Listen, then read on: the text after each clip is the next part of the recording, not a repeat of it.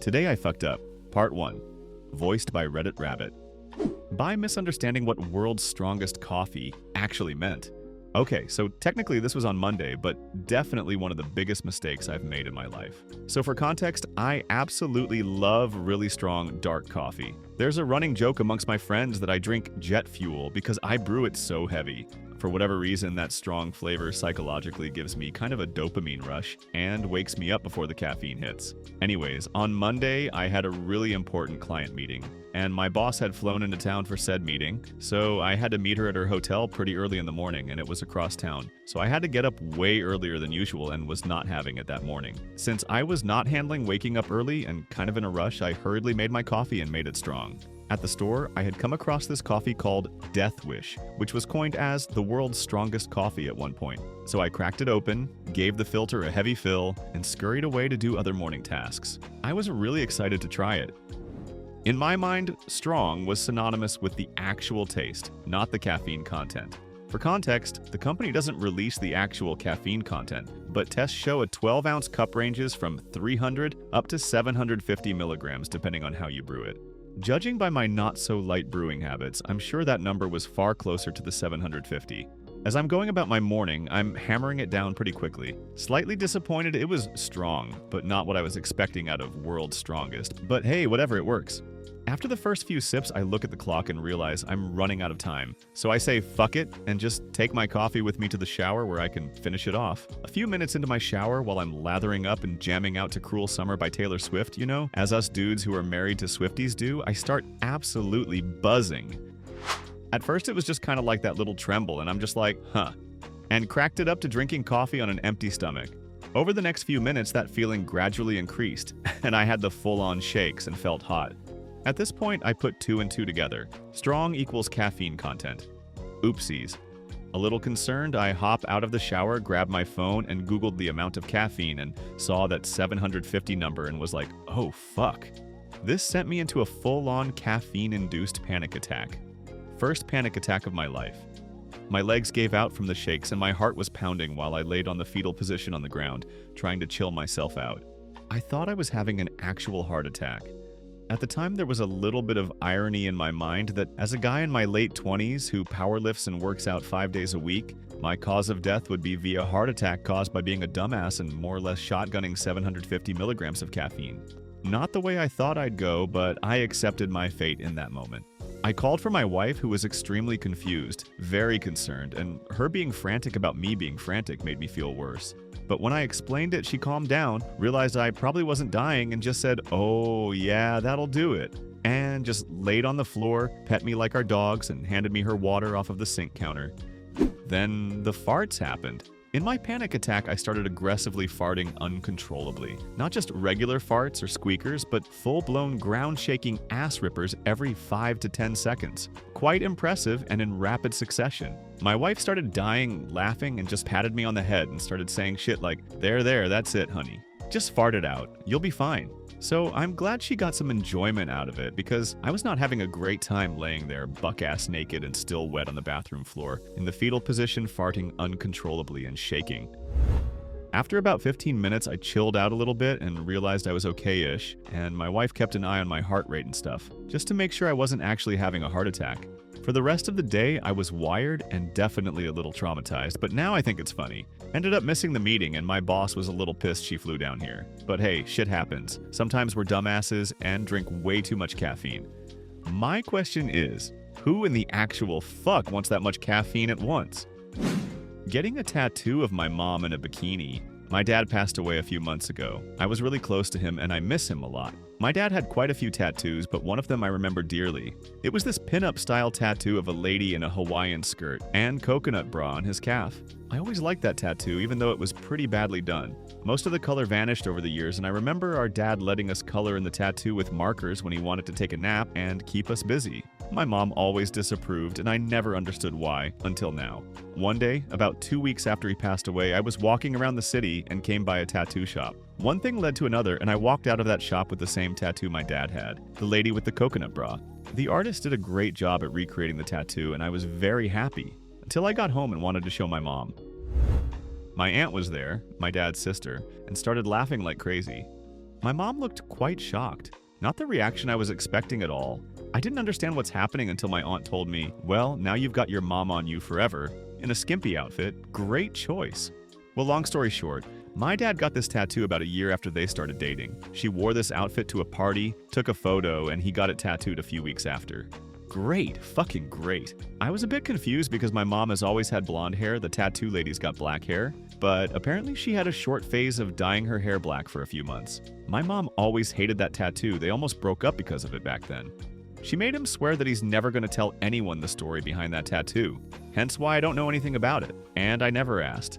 I thought this was just a random tattoo he got on one of his many vacations. Well, now I have a tattoo of my mom in a coconut bra. Great! My mom told me she doesn't mind and that it's kind of funny now, but I'm really thinking of getting it removed. At least it's on my rib cage so I can hide it for the time being. I really don't want to show the world my mom in a bikini. Fapping in front of the nurses in the hospital while waking up from anesthetic. I am definitely going to delete this later. I'm posting this under my Anon account for a reason. I'm just hoping that maybe there are some other people here who've done something similar, or nurses that can tell me worse stories from their work to make me feel better about myself. Or at least maybe a little mockery will help turn this from a humiliating story to a funny one. Today, I had an egg retrieval operation in the hospital as part of an egg donation. This is a surgical procedure in which a needle is inserted into the vaginal wall to the ovary, collecting mature eggs to be fertilized. While normally you only have one, injections are administered for about 2 weeks beforehand to increase the number of eggs matured in one cycle. In my case, there were about 25 eggs.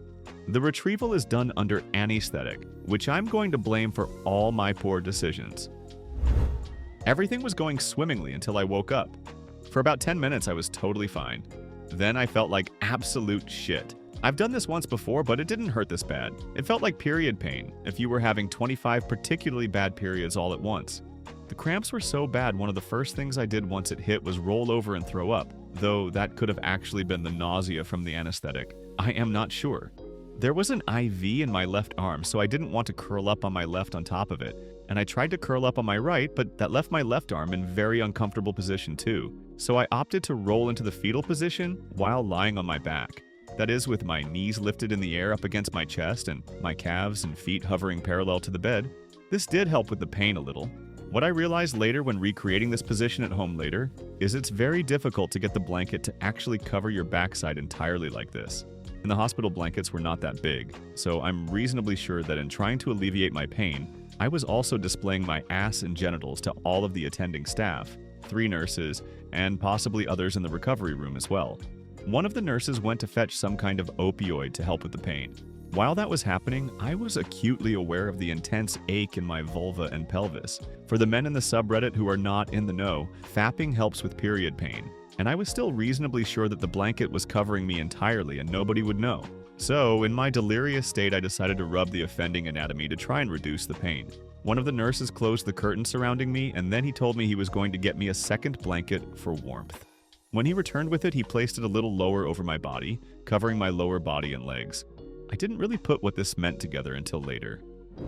To their credit, they took it very well and didn't actually say anything, and it is possible they didn't see it, but reflecting on their reactions and the chain of events in clear-eyed hindsight, I'm pretty sure they did. To be fair, if any of them were present for the surgical procedure, they would have seen me while I was unconscious as well, but it's a different thing when I'm awake and, well, you know. Anyway, now I'm recovering in bed at home. The pain has went away, but the embarrassment has only increased. At least I humiliated myself for a good cause, and I'll probably never see these people again. Visited in Japanese bathhouse. Okay, so this happened a fair few years ago, but still haunts me. Back in 2017, I was in my final year of university and got the opportunity to spend 5 weeks in Tokyo for an exchange Sanskimairo observership. One of the items on my bucket list was to visit a sento, traditional indoor Japanese bathhouse. I wanted to go to somewhere a bit less touristy, and luckily there was a place only a few blocks from where I was staying, like 45 minutes out of the central city. Not wanting to make an idiot of myself, I did some research beforehand regarding what to expect and how to act. One thing mentioned was that you have to wash yourself before you hop in the pool. I didn't have a travel bottle of soap/body wash, but read that you can buy it at most places, and if not, then it will often be supplied. When I got there, I quickly realized no one spoke English, and although I managed to pay for my entry, I couldn't communicate RE soap, nor could I see any for purchase behind the counter. I assumed there would be some in the actual bathing area, so stripped down naked in the changing room, put my clothes in a locker, and proceeded into the actual bathing room. On the left-hand side of the room were like 15 or so washing stations. To the right was the big pool. There were a few old men sitting, well, more like squatting, on tiny footstool things washing themselves.